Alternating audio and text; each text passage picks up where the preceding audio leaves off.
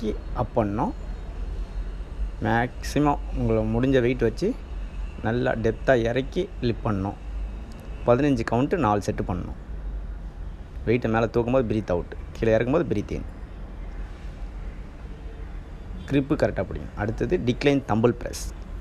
இதுவும் உங்களால் முடிஞ்ச வெயிட்டு நல்லா செஸ்ட்டு கிட்ட வரைக்கும் இறக்கி லிஃப்ட் பண்ணணும். 15 கவுண்ட்டு 4 செட்டு. அப்புறம் ஃப்ளைஸு, பெக் ஃப்ளை மிஷினில் சீட்டெல்லாம் ஃப்ளை. ரொம்ப ஹெவி வெயிட்டும் வைக்கக்கூடாது, ரொம்ப லெஸ் வெயிட்டும் வைக்கக்கூடாது.